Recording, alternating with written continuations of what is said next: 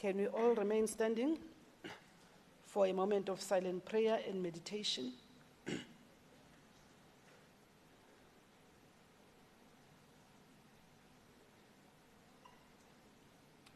Thank you very much. May all be seated.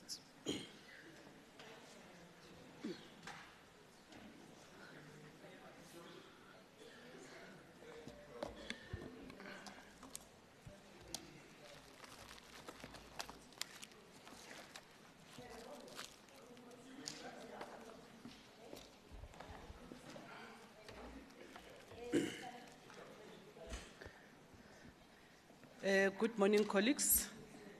May I take this opportunity to welcome our Honourable Premier, members of the Executive Council, leaders of political parties, the Chief Whip, who has joined virtually, leaders of political parties, Deputy Chief Whip, the people of Gauteng, you are all welcome, and the team, the officials, from both the legislature and the office of the Premier, you are all welcome. The office has received the following apologies. Honourable Msimang, who's attending party business. Honourable Bloom, who's overseas. Honourable Diaga, who will need to leave by 1 due to a doctor's appointment. I'm sure will be done by that time, but we note the apology. Honourable Dos Santos, who's still writing exams. Honourable Adams, who is hospitalized, and we send our speedy recovery to him. Honourable Mnisi, who has a family commitment. Those are the only apologies that have been sent through the office. In terms of announcements, colleagues, I want to indicate that we are so proud of the program that is done by the Honourable MEC for Health, and I'm sure we can all join the program, Healthy Living, because we can only prevent unnecessary ailments through exercise. But MEC will only get to know after the event. I think if we can be informed beforehand. And we are also engaging with our coach here at the legislature so that even the, on the fifth floor we can open up. There's a gym. I wonder how many of us are aware of the gym. We are going to be opening up. Let's use that process. My second announcement, I wish to actually introduce our new Integrity Commissioner, Ms. Koko Mashiko, who's sitting there. You are welcome, madam. And I know that yesterday she started her induction at the Gauteng Provincial Legislature, and I'm told that she's already starting to work because there's a meeting of the ethics today. So you can see that when you appoint women, you appoint people that are serious with their work, working with the Deputy Speaker. Congratulations, Deputy Speaker. You didn't have to wait long, but thank you very much. Let me also check if is there any other member who wants to do an announcement.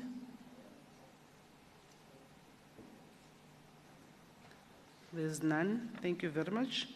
In terms of Rule 79, subsection 1, MEC statement, we did not receive any request from any MEC.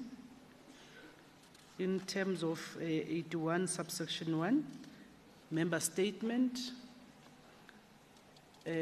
starting with Honourable Schneemann. Thank you very much, Madam Speaker. I'm joining virtually and I'm unable to put my camera on. On Wednesday, 26 October, the Minister of Finance, Enoch Godongwana, during the medium-term budget policy statement, announced that e-tolls would be scrapped. The ANC in this House welcomes this excellent news and congratulates the ANC-led provincial government and the ANC in Gauteng for having resolved in its provincial conference that e-tolls should be scrapped. The ANC in Gauteng has demonstrated that it is an organization which listens to the peoples of Gauteng and takes seriously their voices. Despite a long road, at no stage did the ANC retreat from its resolve that e-tolls be scrapped. In the weeks that lie ahead, the ANC-led provincial government in Gauteng will be working together with national government to finalize the various components of the announcement by the Minister of Finance. These include the taking over of 30% of the debt, the taking over the responsibility for the maintenance of the Gauteng Freeway Improvement Project, which is the largest national road project taken up by government in more than 20 years. E-tolls have not only had an impact on the users of private vehicles, but have also had an impact on the cost of goods consumed by our people. The ANC in Gauteng will continue to champion reforms aimed at improving the lives of our people. This victory is a clear demonstration of the commitment of the ANC to a social contract with the residents of Gauteng. We call on the residents of Gauteng to work together with the ANC and the ANC-led provincial government as we travel the road ahead, resolving people's challenges and building a world-class Gauteng. I thank you very much. Honorable Mekgwe.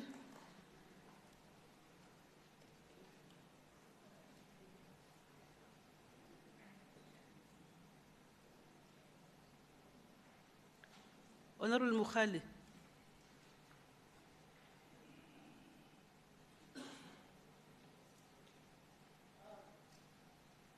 Madam Speaker, I was not aware that I must give I think it's Mokgale Litsie. But Okay, thank you. Okay. Honorable Ntsege.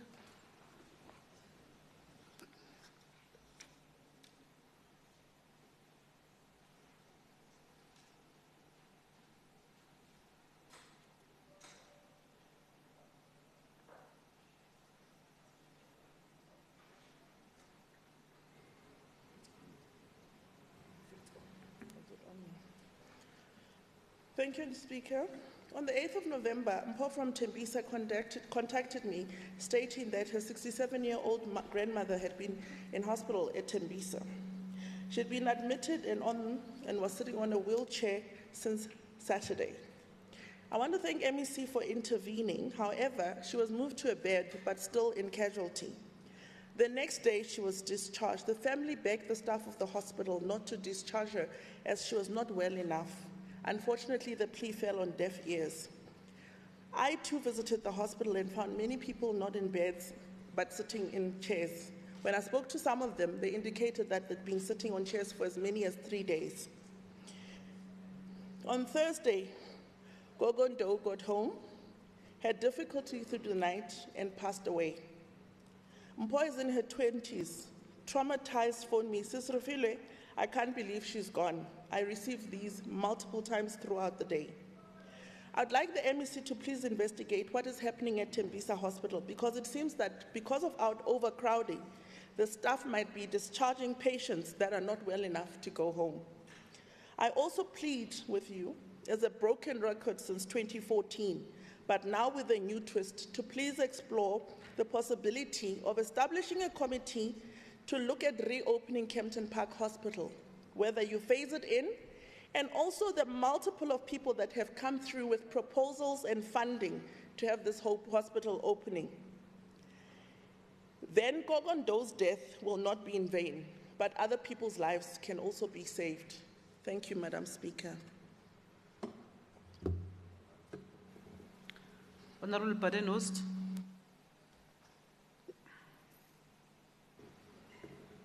Thank you, Speaker.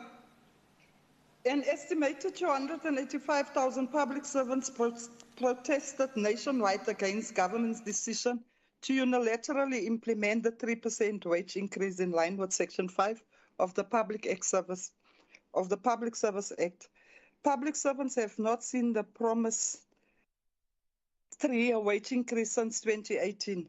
The Minister of Finance included in his mini-budget speech a mere 3% that will be backdated until April this year. Madam Speaker, is that not a slap in the face of public? Is it not a slap in the public servants' faces?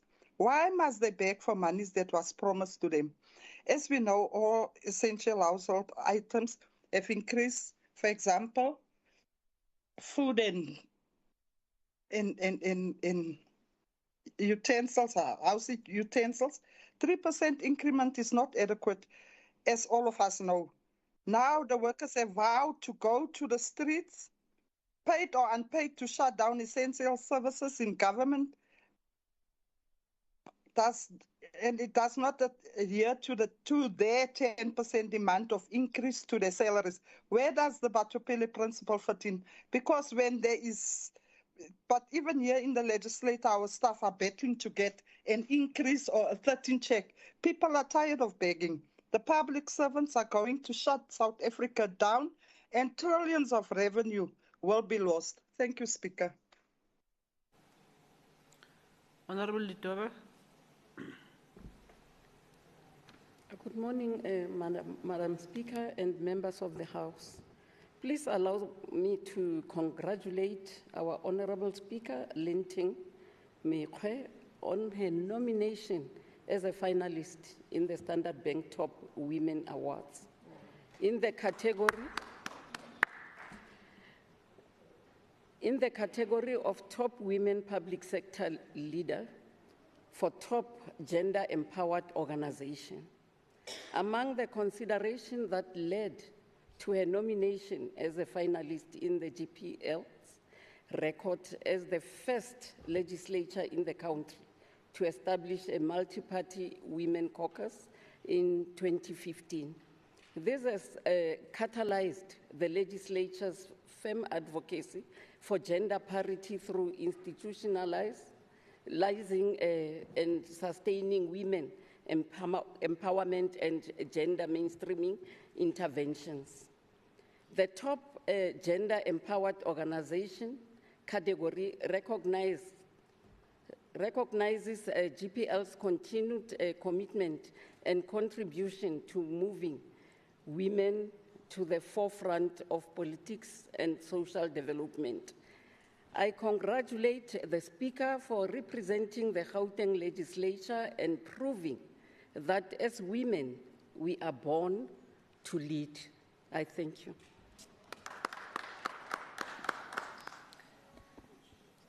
Thank you. Next one is motion without notice in terms of Rule 120. Honorable Makakula. Thank you, Madam Speaker. A motion without notice.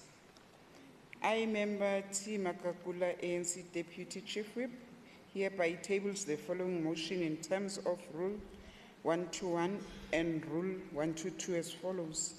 Noting that the unauthorized expenditure bill G003-2022 was not programmed for the sitting of today, Tuesday, 15th November 2022. Therefore, I request that the House resolves to add the unauthorized expenditure bill G003-2022 to the orders of the day. I so move, Madam Speaker. Thank you. Any seconder?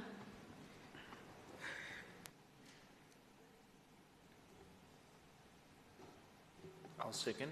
Honorable Nel seconding, thank you very much. I now put a question. All those in favor say yes. Yes. All not in favor say no. The yes of it, the motion is adopted by the House. Can I check if is there a member who wants to give notice of a motion in terms of Rule 121? There is none. Thank you. We're now going to deal with questions. Starting with questions to the Premier. Honorable Alberts. Thank you, Madam Speaker. Mr. Premier, with regard to the envisaged Gauteng State Bank, could the Premier please indicate as follows? 1, how will the bank be financed via state funding and or private funding? And explain in full the source of the funds. 2, what are the legal requirements and timeline for the establishment of the bank?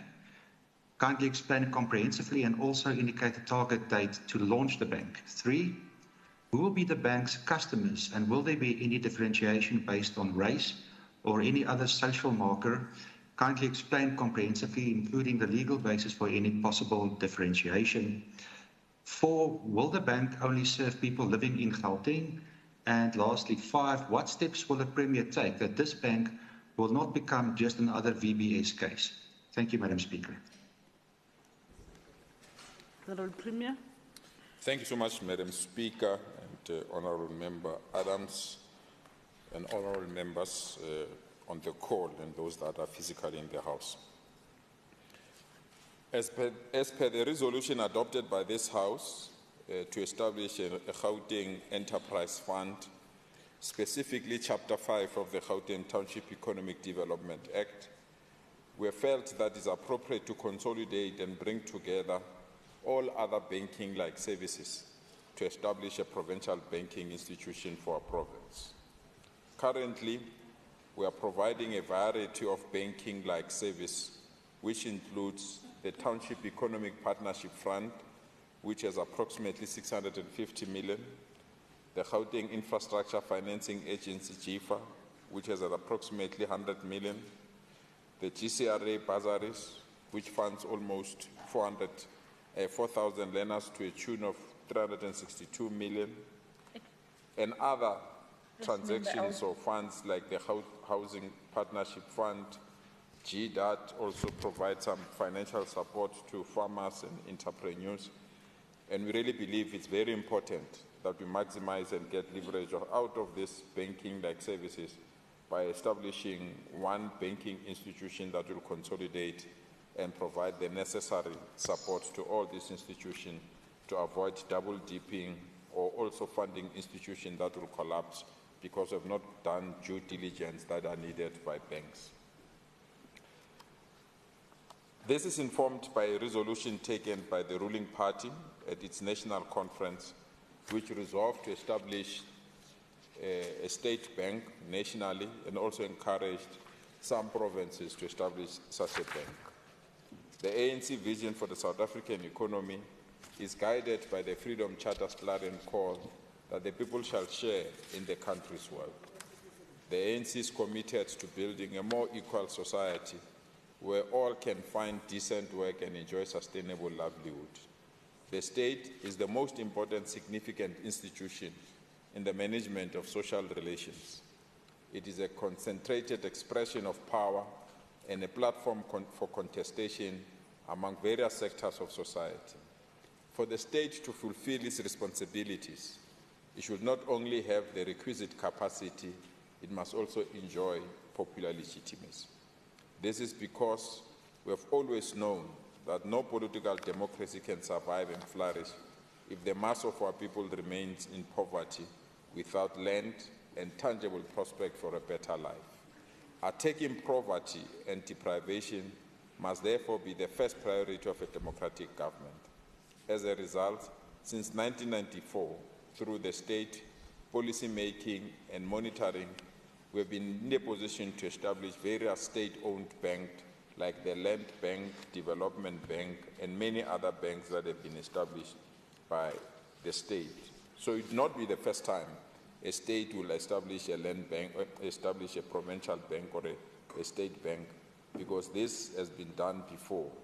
And as Gauteng, we are in that process of establishing a very important tool that will promote development and support our communities with financial services so that they can be in a position to grow and change our townships in particular. We are of the strong view that this kind of initiative will change the look and feel of those that need the state to cover them, those that are unbanked, and those that have resources, but they cannot be in a position to be supported by the current form of banking. What we've done as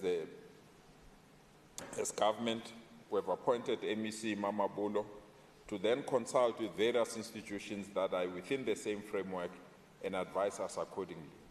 In that particular task, MEC Mamabulo has appointed a legal firm that is proposing, that is taking care of the proposal on how the state bank will be funded, how it will run, and how it will operate within our province. The legal advisor has already been appointed, and we are awaiting their report. On the basis of their report, we'll be in a position to answer question 2, question 3, question 4, and the last question.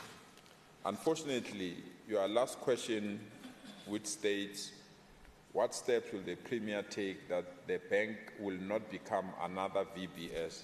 I wonder why the question should have not been, what steps will the Premier take to ensure that this bank is not another Standard Bank, Nedbank, or Capitec? Thank you so much, Madam Speaker. Any supplementary question, Honorable Alberts? Noted. Thank you very much, Madam Speaker, and thank you to the Premier for the answer. Just one follow-up question indeed, and that is if the Premier will not consider looking at the Cooperatives Bank option. We already have a Cooperatives Bank Act that assists communities to start their own banks and doesn't necessarily need a bank that is operated and controlled by the state, but is controlled by the communities. And whether this government will consider assisting communities to start their own cooperative banks as well, which does not necessarily need to be controlled by the state, but are controlled completely by the community themselves. Thank you very much. Honorable Ntsege. Speaker, thank you. I rise in terms of 138 subsection 8, and I want to make the following comment to the Premier to say there is a concern that this particular bank, the government would act as a referee and a player, which is quite concerning. The second part I want to state is when you have a bank of this sort, it looks like even in the preliminary processes, it's lean on empowerment, and this would lead to a lot of defaulting. And it would be important that the Premier, as they set up this bank, they look at how they are going to prevent defaulters with regards to loans. Thank you. Honorable Premier. Thank you so much.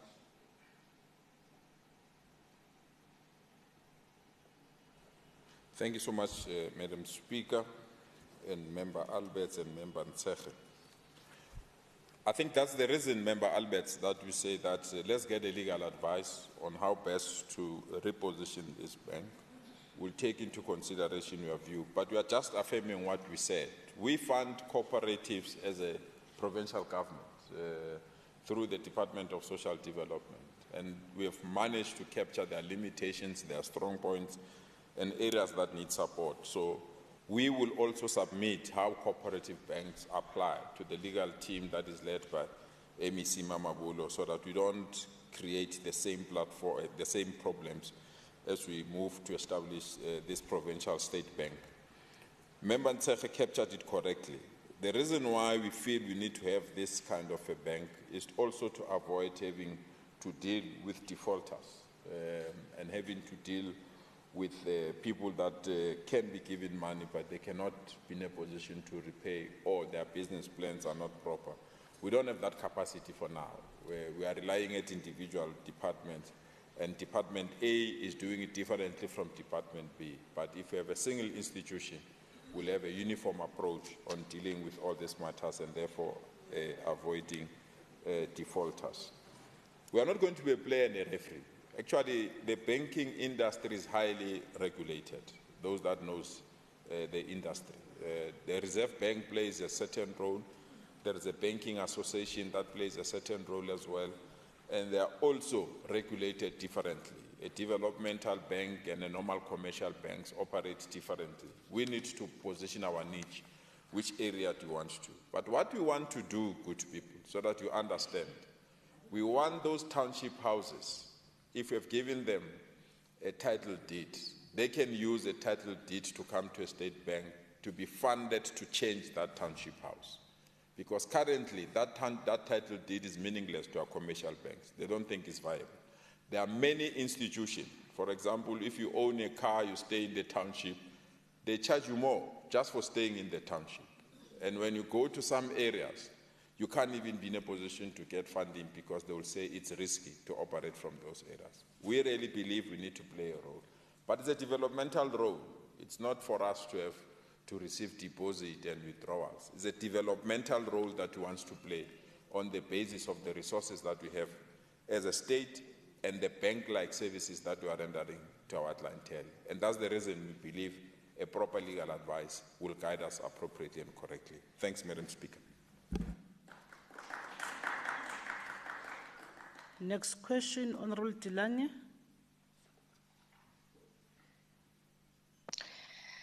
Thank you, Madam Speaker.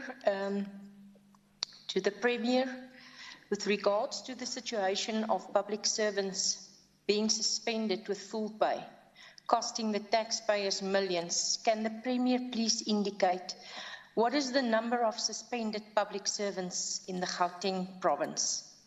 Which departments are the most affected? And what is the estimated cost incurred with payment of salaries to the suspended officials? Then the last question, what measures or input will the Premier provide in line with labour legislation that the length of disciplinary processes are regulated or shortened so that the taxpayer does not pay so much towards salaries for people not working? Thank you, Madam Speaker. Honorable MC. Thank you so much, Madam Speaker and Member Tilang, for the question. We've got 48 staff members that are currently on suspension, and the 48 is a breakdown of the following departments. The Department of Health, 6, Department of Education, 6, Social Development, 1, Agriculture, 4, Community Safety, 9, DED, 4, eGov, 1, Department of Sports, Arts, Culture and Recreation, 6, DID, 9, Human Settlement, 1, Roads and Transport, 1.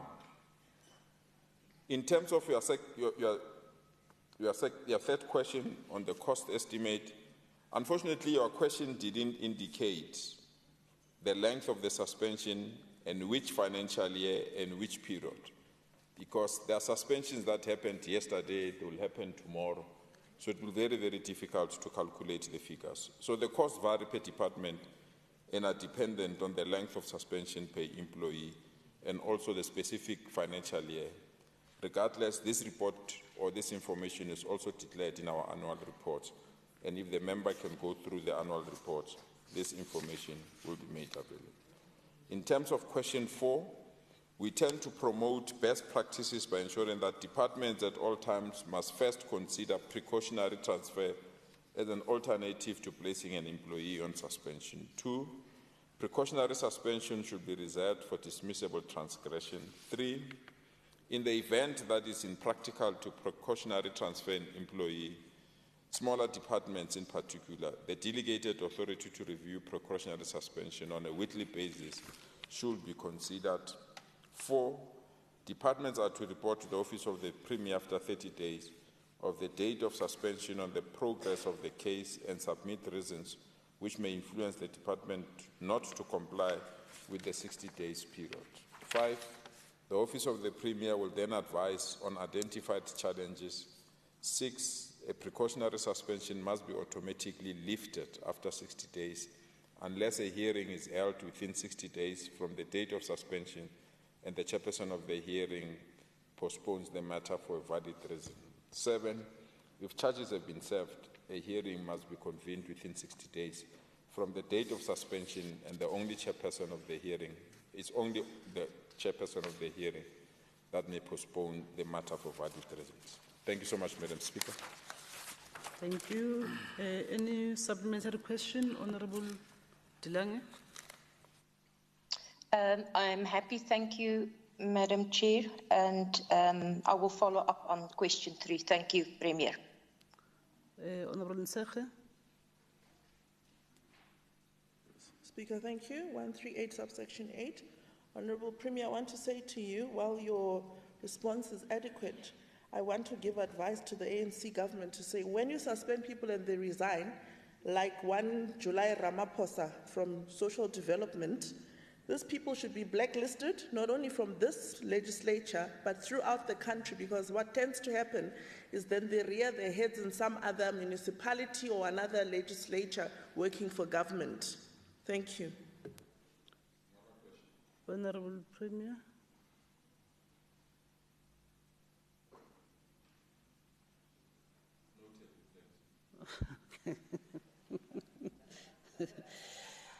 The next one, Honorable Nell, on behalf of Honorable Bisibanga. Thank you, Madam Speaker, for the dispensation. To the Honourable Premier, with regards to the Premier's public announcement calling for the writing off of Soweto residents' debt to Eskom, can the Premier please indicate how do you propose the debt of Soweto residents should be written off? Secondly, who should cover the debt for the Soweto residents to Eskom?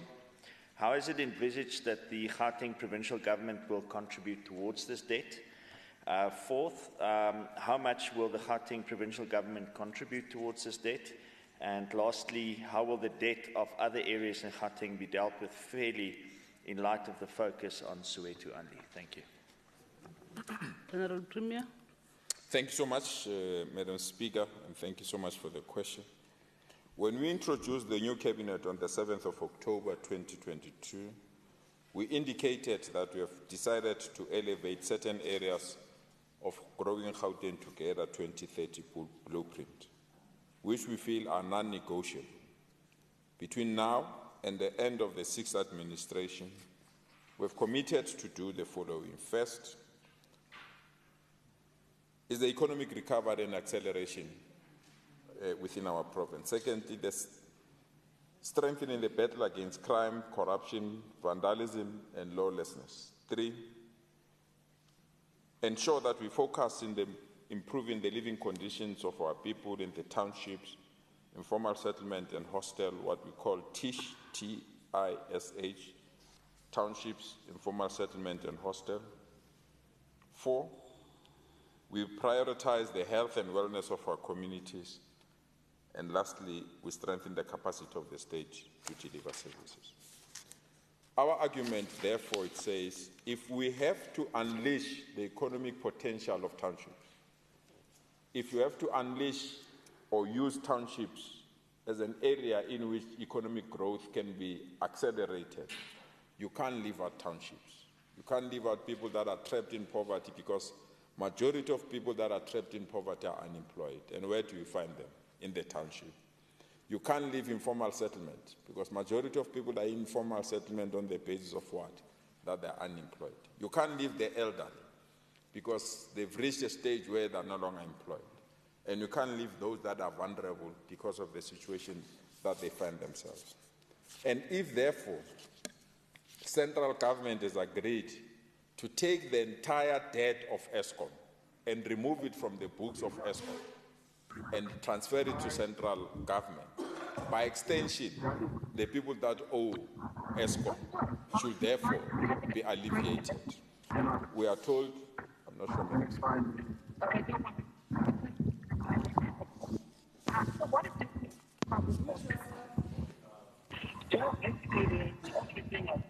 Members, those that are having their gadgets on, please bear with us.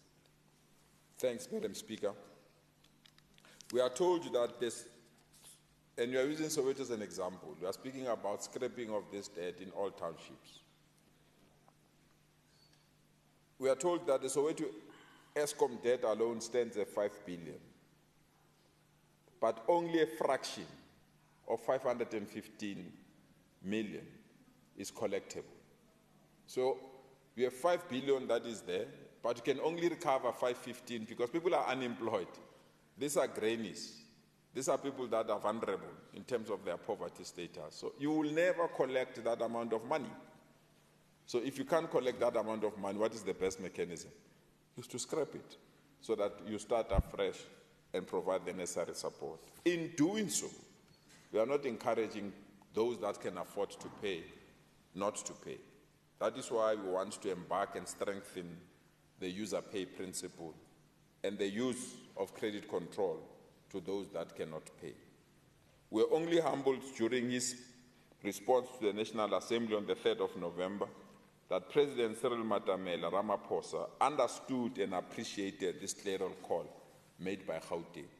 In his response in Parliament, the President clearly stated that the debts can be written off, but sometimes there is a need to place conditions when we write off this particular debt. And within that context, we want to say to people of Soweto, put the prepaid system first before we can scrap this debt. We don't want to recycle this problem. And if they agree, when we consult with them, we'll be in a position to then push for the total scrapping of this particular debt. It's a process of consultation. And out of that consultation, we'll be in a position to answer your third question, your fourth question, and your last question. Thank you so much, Madam Speaker. Any supplementary question or short remark? Thank you, Madam Speaker. I just think that the Premier's argument is slightly flawed because I understand that the debt that the government has taken over is actually creditor debt and not debtor debt.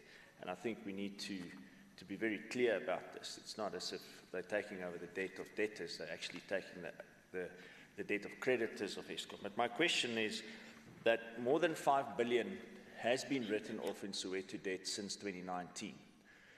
Until about September last year. And this has not ignited economic growth in that area and led to the situation that the Premier is hoping that the writing off of debt would cause. Why is this? Why has the initial writing off of a similar sized debt already in the last 3 years not ignited the economy in that township? Honourable Ntsakhe. Thank you, Speaker. As you know, I work in Tembisa, and Tembisa is not Eskom supplied, but municipality supplied. With this in mind, I think I'd like to ask the Premier, how would you respond to the WhatsApp group Tembisa Community Forum, which I'm former part of, which they say if their debt is also not written off, they feel that the Premier will be discriminating against them?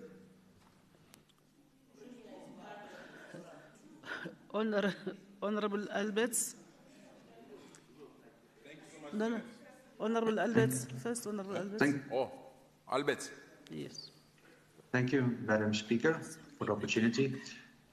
Yes, I would like to know, with regard to other more formal areas, but also very poor areas in Gauteng, that is not mentioned by the Premier, whether those people can then also apply for debt write-offs, because many of those people are also elderly people, pensioners, very old people who cannot afford the high electricity prices and who have fallen behind, including the water prices. And can they also then apply to the Premier's office to be placed on a list for that debt write-off? Thank you very much. Honourable Tilane. Thank you, Speaker. I just want to ask the Premier, did this department at any stage did a follow-up on how many settlements we are talking about? Well, if we say settlements, we're also talking areas of extremely impoverished people, so it doesn't matter which ethnicity, but did they calculate the magnitude of the whole of Gauteng for everybody that then, by implication, is allowed to make the same claims as the people in Soweto? Do we know what the amount is? Before the Premier responds, let me remind members, especially those that have joined the sitting virtually, you still need to mention the rule under which you want to speak. Honourable Premier. Thank you so much, Honourable Speaker. You know, it puzzles me. If you scrap the debt of the rich of e-tolls, it's a good thing. If you scrap the debt of the poor, it's not a good thing. It puzzles me. Because a debt is a debt. It must not have an ID, it must not have color, it must not have race, it must not have where people stay. And when we are dealing with all these issues, it's purely because we want to ignite our economy, not any other thing. It's not influenced by any other politics.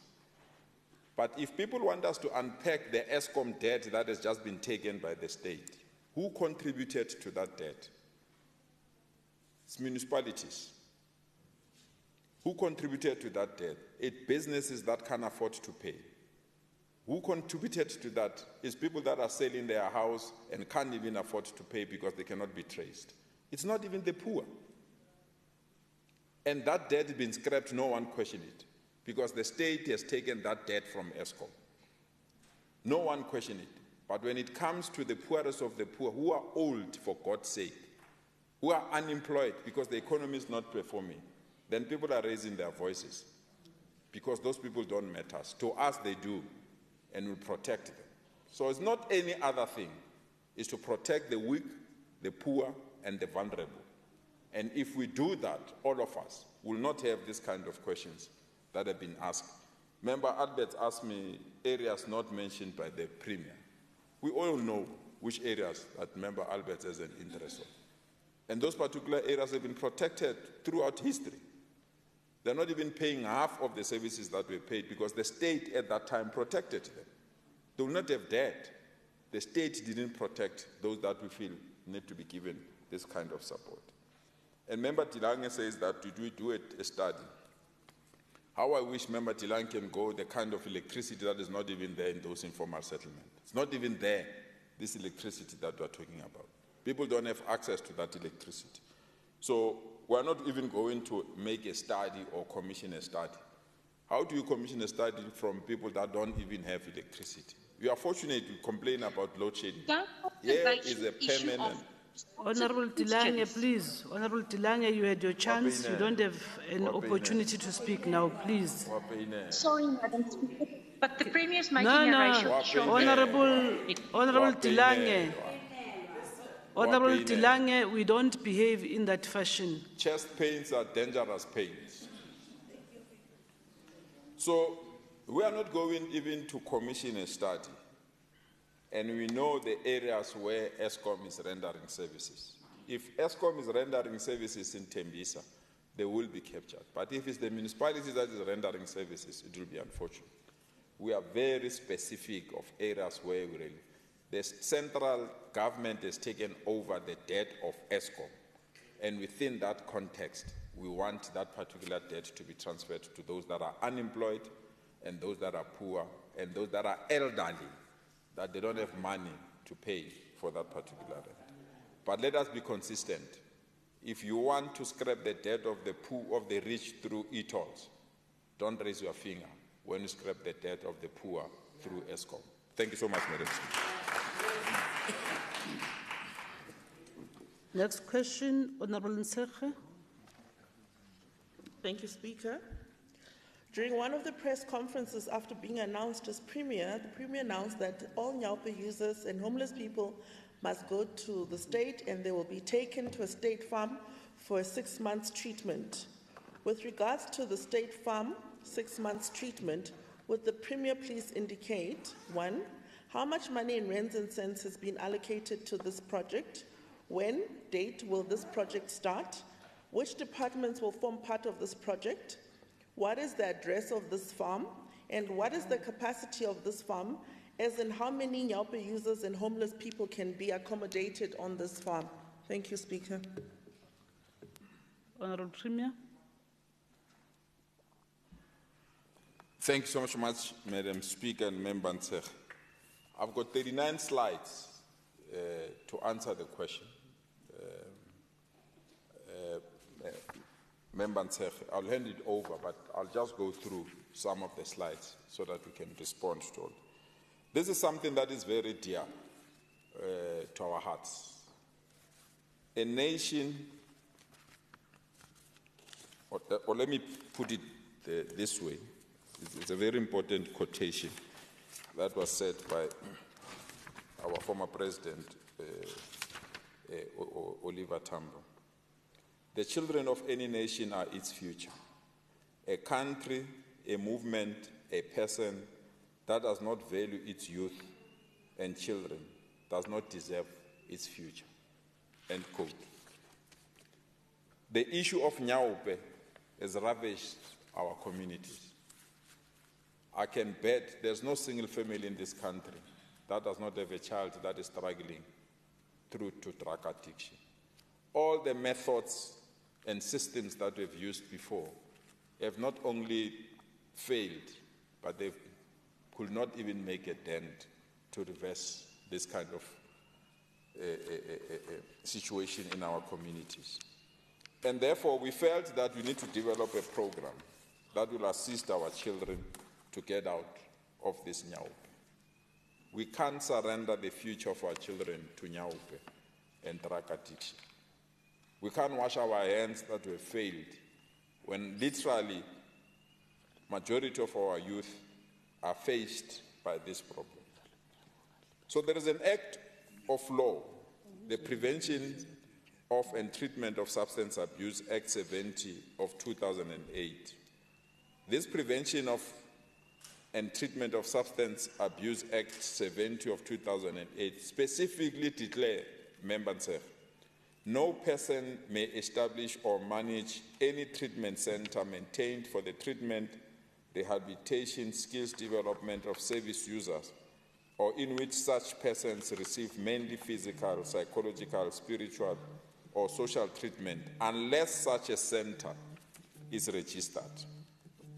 So the farm that we wanted to use in terms of the law is not a registered center.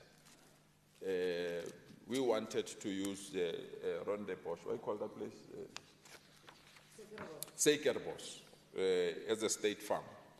So we're in the process of registering it, and in the meantime, we've put up an alternative system in place so that we can accommodate all. So it's a state-owned farm that needs to meet the requirements of this act so that it can be operational and it can be licensed. So our anti-abuse accelerated intervention is as follows. One is pre-admission services. Spend a week minimum assessment, mental assessment, medical assessment, addiction levels, counseling, family and individual treatment preparations.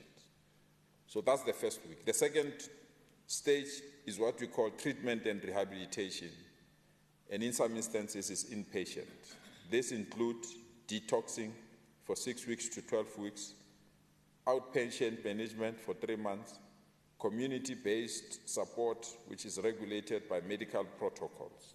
The third stage is psychosocial support, family reunion, so that the families must be part of the solution, family counseling, mediation and support, parenting skills development, so that this particular parent can be in a position to give additional support.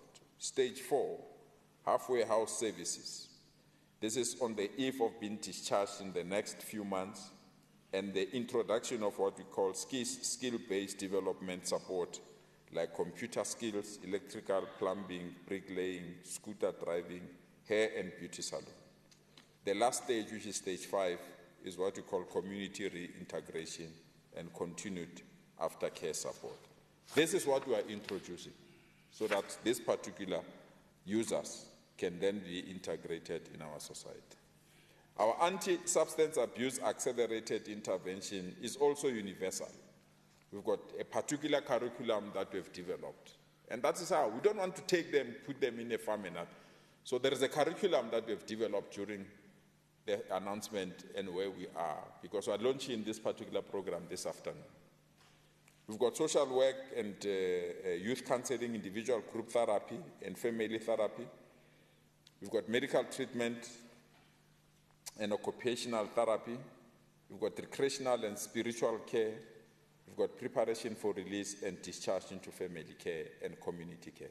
So that's the curriculum that we've developed for them, so that they understand from which stage to which stage. It's just like schooling. You know you're in grade 1 or grade 2 or grade 3 or grade 4. They themselves must have that curriculum so that they know where they've started and they know where they will end in terms of this particular program. What are the determinants of a better treatment outcome? 1, it's substance use disorder.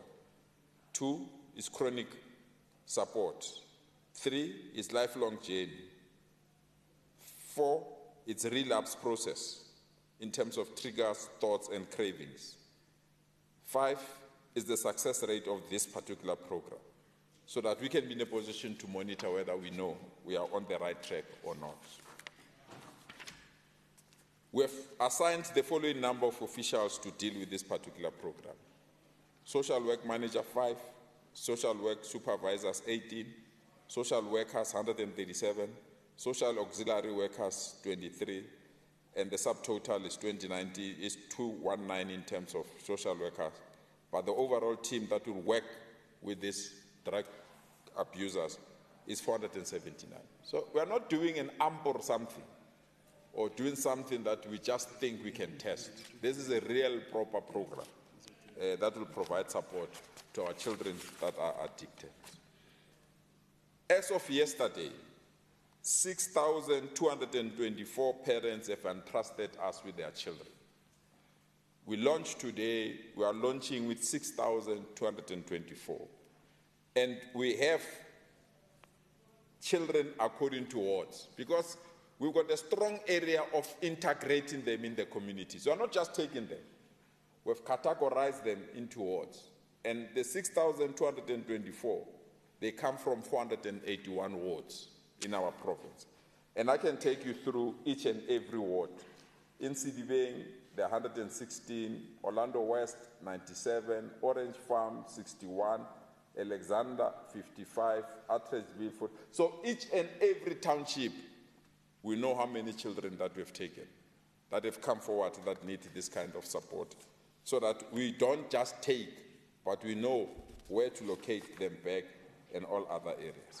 So in terms of our case management, because each case is different, you can't treat them as one case and everything needs to be done by that particular case. So in Tshwane, the total number that was referred to us is 1,230. Of the 1,230, 138 came through walk-in. By it, they feel government is doing something good. They approached us and said they need assistance. And 61 came through other government programs, that they've heard this particular program, and therefore they felt they should come. 506 came through our call center. And of the 506, we managed to contact them immediately over 24 hours, and they are within our care. There are those that needed pre-admission assessment, there are 380. There are those that specifically wanted to be outpatient, there are 34. There are a number of those that are using various services, there are 224.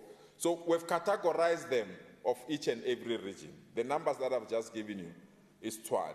I can go to Johannesburg, I can go to Ekurhuleni, I can go to West Rand, I can go to Sidibeng in terms of these particular figures. So some of the cases we have not finalized, and we've got reasons why we have not finalized those cases.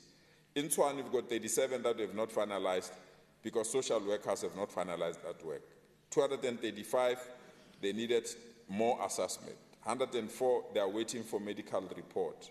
59, they are waiting for treatment centers. 45, they are waiting for admission dates from treatment centers. 165, they are still busy with investigation so that we can determine their needs. 54, there are clients that are not cooperating or they are refusing to come to the centers because they were referred to us by their parents and they don't want to come. So we've got that category of information as well. And I've just shared with you Tshwane. I can share the same information about Johannesburg, Ekurhuleni, Sidibeng, West Rand.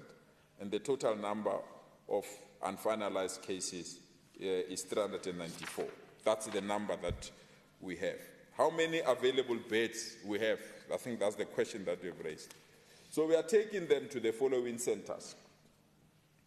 Dr. Fabian and Florence Rebairo Treatment Center will take 200. They've got 200 beds. ERC Vetporti, they've got 200 beds there. ERC Ranfontein, they've got 306 beds. Itemba Clinic, they've got 40 beds. Westview Clinic, they've got 40 beds. House of Mercy, they've got 27 beds. Sanka Golden Harvest, they've got 60 beds. Sanka Recovery and Wellness Center, they've got 10 beds. Empilweni Treatment Center, they've got 20 beds.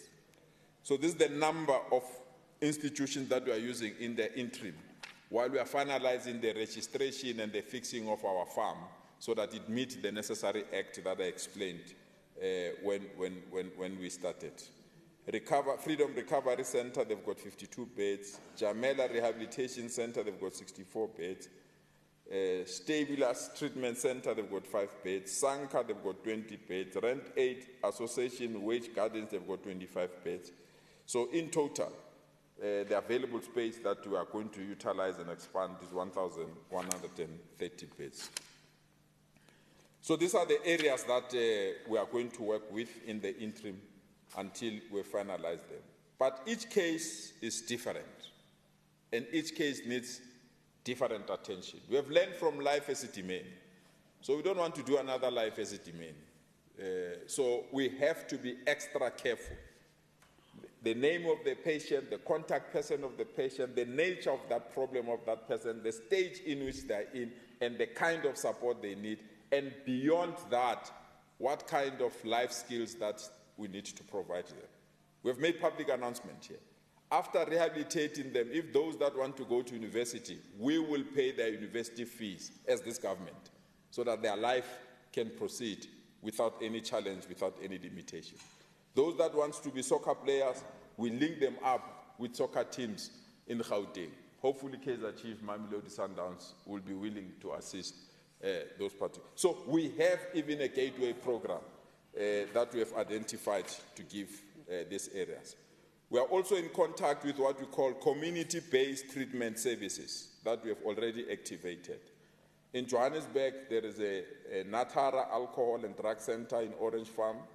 There's also Sanka Soweto, Sanka Marshalltown, Sanka Wasbury, and Sanka Alexander, Sanka Linesia, and Sanka Diepsloot. Because the easy drug is alcohol, and from alcohol they go to Nyaupe and other things. So we need to also activate these centers to support us so that we can be in a position to resolve the challenges of drugs. So this is the process that we have just said we'll do, and we are using departmental budget. There's no new budget, Member Ntseg. There's no new budget. We are putting the same budget that social development had. We are just refocusing on this particular campaign so that we can succeed. We are launching this campaign later this afternoon. We are also doing community mobilization because the law says that the drug user must be the one that agrees. And we know if you are hooked, you can't agree to be assisted. We are also putting system to persuade them to agree, and we are identifying the CBDs. You go to Johannesburg CBDs, you go to every township, they will tell you where Nyaupe boys are, and we want to go there and assist them. And this particular information, as I said, is almost 40 slides. I'm ready to hand it over. But you can see, we are ready to fight drugs. We are ready to save the future of our children, and we'll never agree to surrender the future of our children to Nyaupe. We'll defeat this thing, and this thing is possible, and it will be defeated.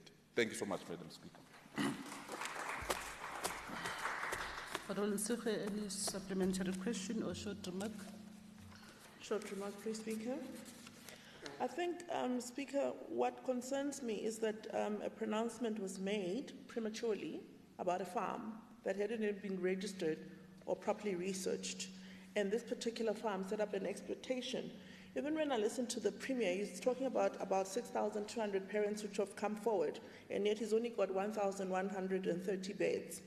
So I think we need to be careful, because as an MPL who serves in the portfolio of social development, I can tell you I'm inundated with people wanting to send their children and loved ones to this farm because they believe maybe there's something that's coming that's different from what they're used to. But from what I hear, the reference is back to the same old rehab centers where people have always been sent to because they're still researching how to put this farm together. Please, let's be responsible, Premier. When we make pronouncements and set up an expectations with our communities, it must be a finished product where people can actually go. Thank you. Honourable Premier.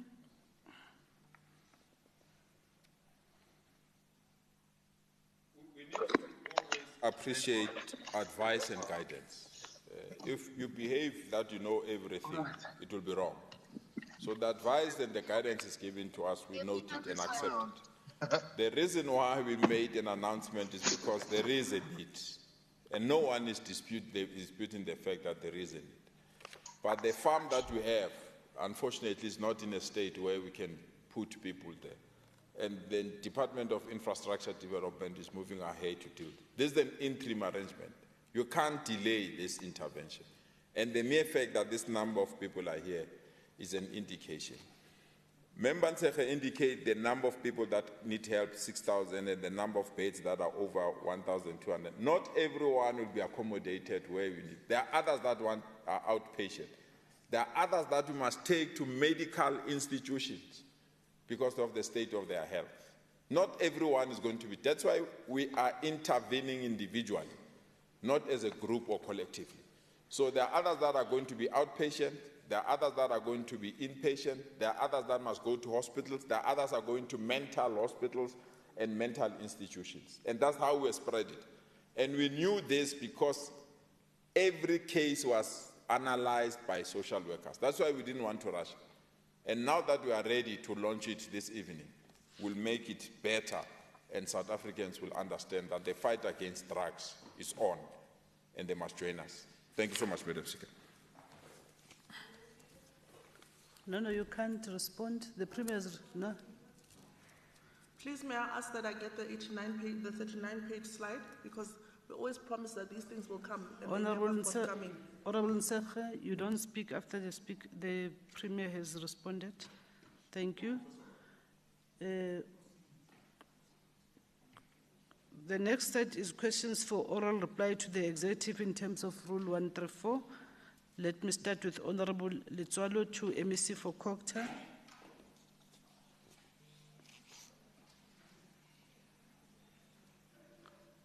Honorable Letswalo to MEC for Kokta.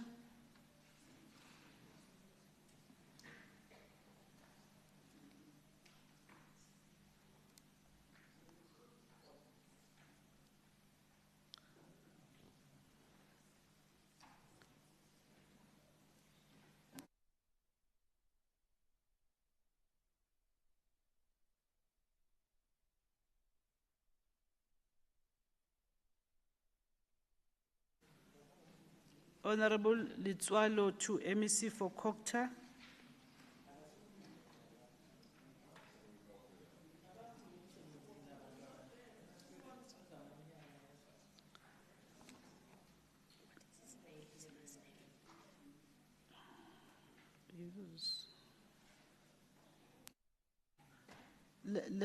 Let's allow Honorable Mabala to MEC for Health.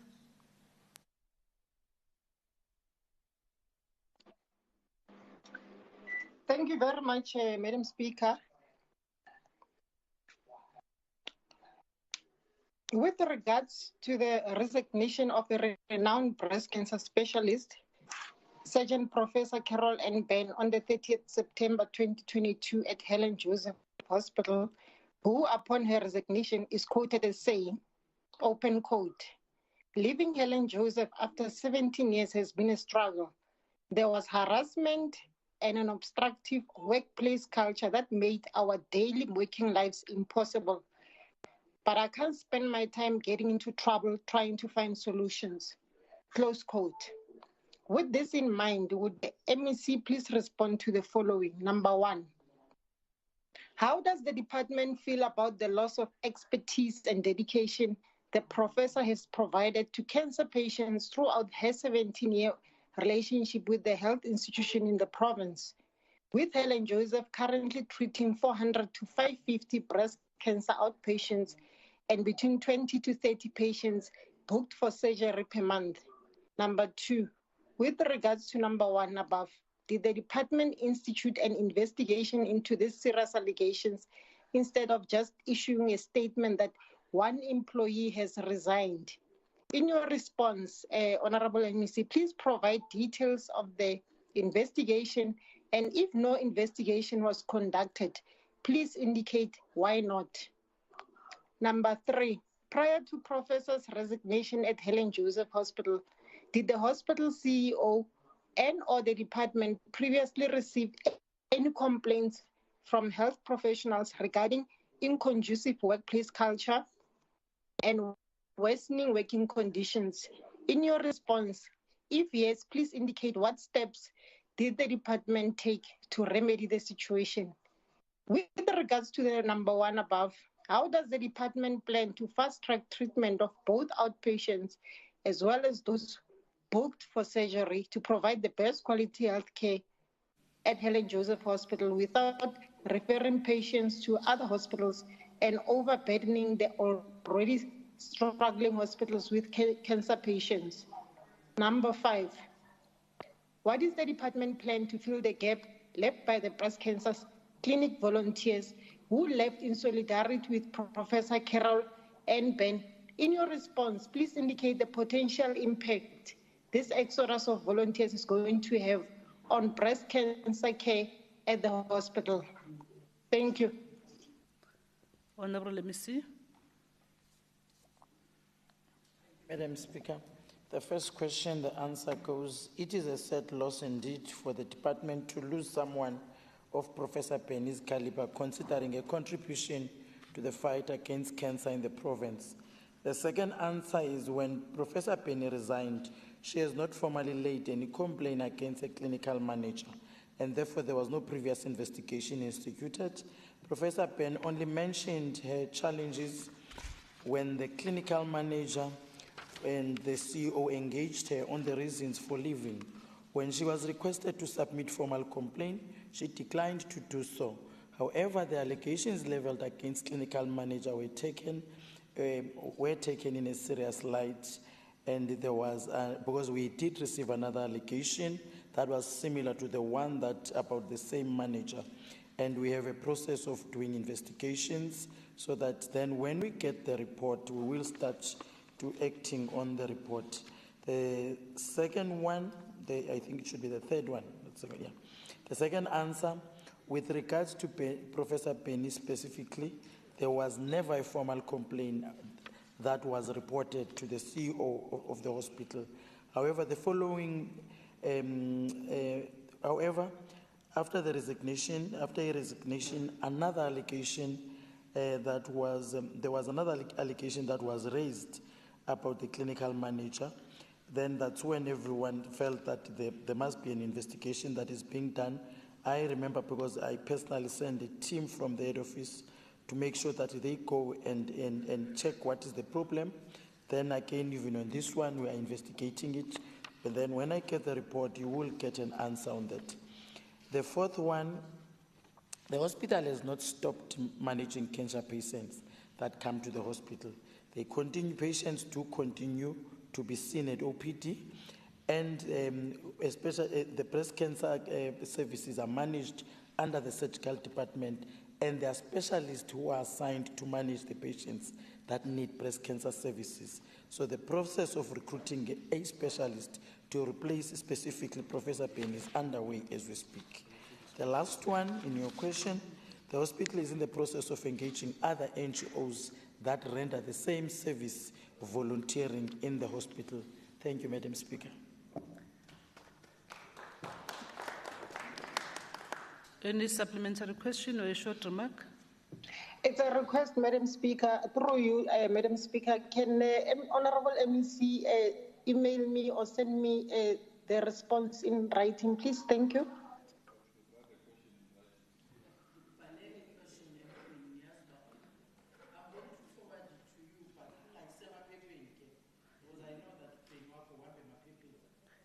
Can your speaker is off, let me see. Don't rush, please. Mabala, I'm going to forward the answers of my question, but please don't take them to the newspapers, because I know Penny goes to newspapers on a daily basis as if we've fired her. And we didn't, she decided to leave. Thank you. Okay, if we can get that through the table assistance, not the Rest direct assured, response. MEC. Whoa, Honorable Mabala, please. Honorable Mabala, please. Can you go back to Honorable Litswalo? Your question to MEC for Cocta.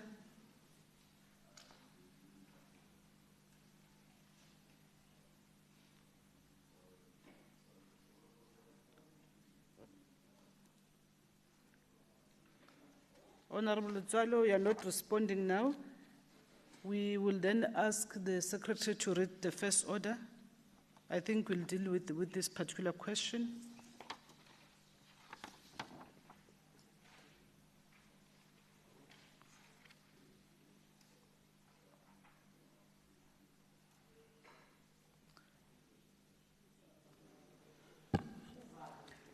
Thank you, Speaker. The order, number one, is introduction of a Gauteng unauthorized expenditure bill for 2022 G03 2022. Thank you. Honorable Mamabulo.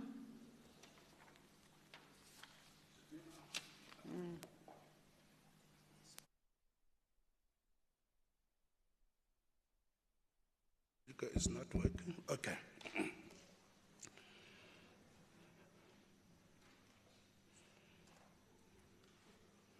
Thank you very much, Honorable Speaker, and let me greet the Honorable Deputy Speaker, our Honorable Premier, Panyaza Lesufi, all MSCs, honorable members, ladies and gentlemen.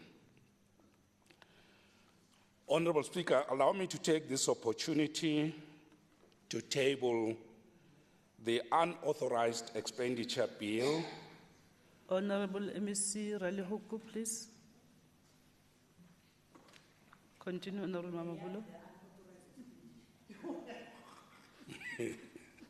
Can I continue? You are protected, Okay, Honorable I'll start Mamabulo. afresh. Let me take this opportunity to table the unauthorized expenditure bill for the spending that occurred in the year in 2005-2006 financial year incurred by the Department of Health. Honorable members, according to the Public Finance Management Act, unauthorized expenditure means the overspending of a vote or a main division within a vote. And it can also be the expenditure incurred not in accordance with the purpose of a vote or not in accordance with the purpose of the main division of the vote. Now, in line with the PFMA, and of course, I'd like to commend the work done by the Standing Committee on Public Accounts, SCOPA, which has the mandate to consider the circumstances that led to the unauthorized expenditure being incurred and decide whether to approve it or not.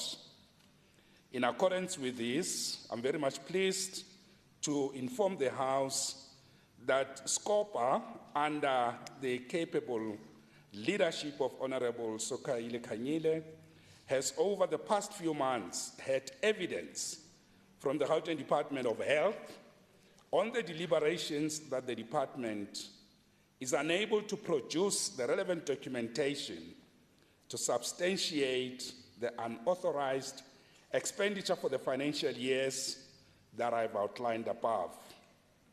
The main reason advanced for the unauthorized expenditure was that the expenditure was in respect of the payments of private security that was sourced to cap theft and losses at health facilities, and the procurement of machinery and equipment of the then newly built Steve Biko Academic Hospital. Honorable members, after careful deliberations, SCOPA agreed not to approve the total unauthorized expenditure of 10.7 million for the Gauteng Department of Health. As such, it should be noted that the unapproved, unauthorized expenditure to the amount of 10.7 million incurred in the 2005-2006 financial year will be charged against the budget of the department in the future financial period. MEC, let me emphasize, your department owes the provincial revenue account 10.7 million. Honorable Speaker and honorable members, it is expected, and I would like to emphasize and make a plea to all accounting officers that departments meet the requirements of the Public Finance Management Act as amended in their management of public resources. I must also express a concern that this matter took long to finalize and that there's no consequence management reported. Honorable Speaker, I hereby table the 2022 Gauteng Unauthorized Expenditure Bill to the Gauteng Provincial Legislature for consideration and deliberation. I thank you. Thank you, Honorable MEC. Can we therefore request that you lay that introductory speech to the table? Please, thank you very much.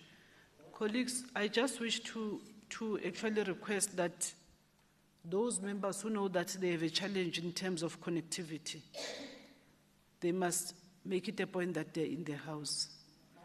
Every time there are questions that are asked, members are unable to respond. And it will seem as if, as the proceeding or the legislature were disregarding all the questions that were sent to us. Remember, it's oversight.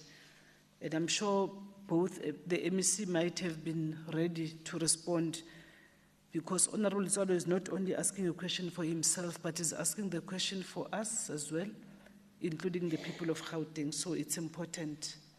And I'm sure it's not for the first time we have this scenario. Maybe the leaders of political parties or whips, please ensure that you guide us in terms of ensuring that all members come back to the legislature. We are ready for everyone.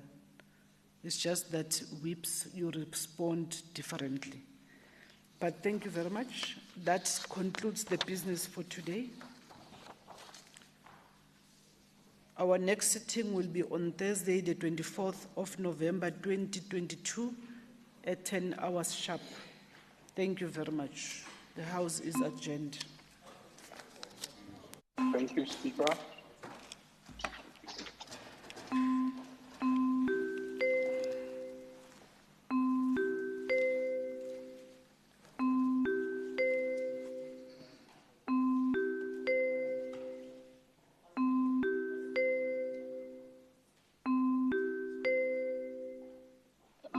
Thank you, Speaker.